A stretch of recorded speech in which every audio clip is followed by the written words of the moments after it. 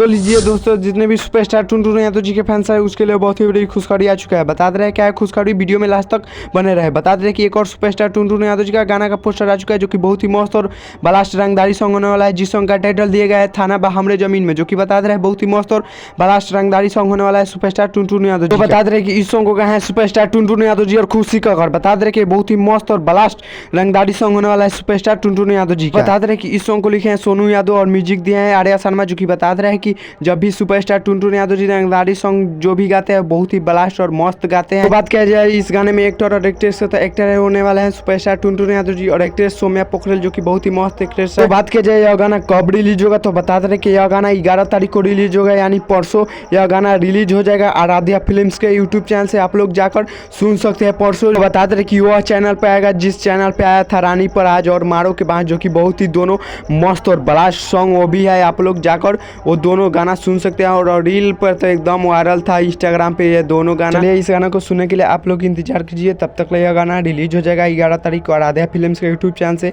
और बहुत ही मस्त या ब्लास्ट सॉन्ग होने वाला है, रंगदारी सॉन्ग सुपरस्टार टुनटुन यादव जी का। तो चलिए मिलते हैं किसी अगले वीडियो में। वीडियो अच्छी लगी हो तो वीडियो को लाइक कर दीजिएगा और चैनल को सब्सक्राइब कर लीजिएगा और वीडियो को शेयर कर दीजिएगा। तब तक ले जय भारत जय भोजपुरी।